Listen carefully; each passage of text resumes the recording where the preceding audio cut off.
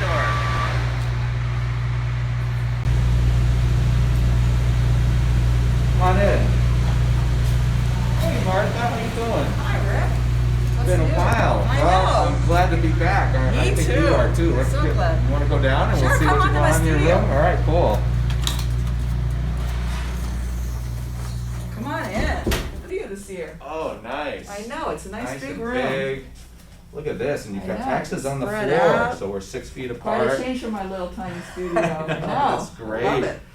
So Martha, it's so exciting to us because it's been 6 months since we've had I students know. in the school. I hasn't it? cannot wait. I'm so excited. I bet. It Yeah. must be much easier to teach violin in some ways in person, although Zoom works, doesn't it? Much easier in person, but I just want to see their faces. I'm Yeah. just interested in seeing them. I miss them. How long have you been teaching here? This is my 19th year. Oh man, you've had incredible influence on a lot of students over time, I bet. And I keep hearing stories about how much they love working with you. So it's exciting to have you come back to them. And what's your Exciting for me. favorite thing about teaching at CMS? Ooh.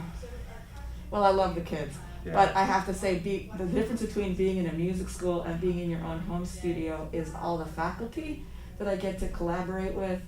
I love it, like when we do the faculty recital and Tom writes something for all of us. I love getting to play chamber music with different members of the faculty recital. Just throwing around ideas about teaching. I think that that's the biggest difference between being on your own. Right. Just the fellowship of other musicians. Yeah. Really means a lot to me. And that's a neat opportunity, I would think, for the students too, isn't it? To be Oh, part for of sure. all the different students that are here, with them and interacting with them and seeing the other Exactly, instruments and they how come to the work. recitals and they get to see all the different faculty play the different instruments. Some kids end up switching instruments as Wow. a result of that, which is fine. And it's sort of like a music school feeling here. Like when I was in college, there's always a trombone playing down the hall or an oboe or a piano upstairs.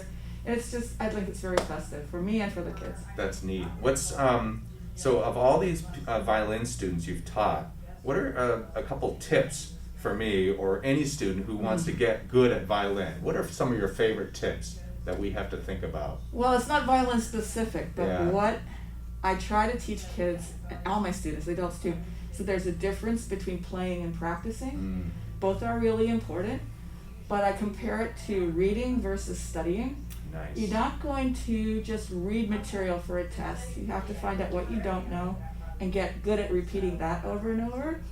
A lot of kids will get into the repeating that over and over, but they'll repeat it wrong over and over. Yeah. So I say, so if you said 3 times 9 is 28 enough times, You you've just believe gotten it. really good at a mistake.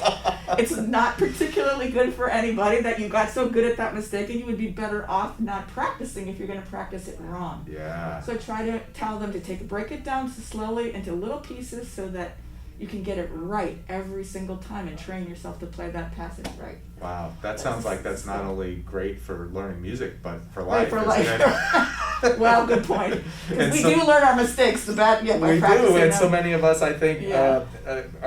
are so focused on our devices, and maybe our attention span is going down. It sounds like what you're talking about helps us develop our attention span and to work harder, doesn't it? Well, and I've heard from classroom teachers that kids that play the violin or really any instrument have a much better ability to focus, to attend, to work in a group, to work towards a goal. Parents like that for them too, that they're goal oriented, like we're trying to get this finished, we're trying to reach this point so we can play this in public. It's great for their self-confidence to do recitals, which is another great aspect of studying here. They get to be in recitals. I mean, I don't know about this year, Yeah, but right. normally. And so that's really great. Great. Yeah. Do you have something we could listen to? Let's Just play a little bit, Bach a little for ditty? you. Bach? Is that what? Little is that what Bach. it- and what is this box? Oh, this is a Remember? Bourrée, which is like a country dance. Nice.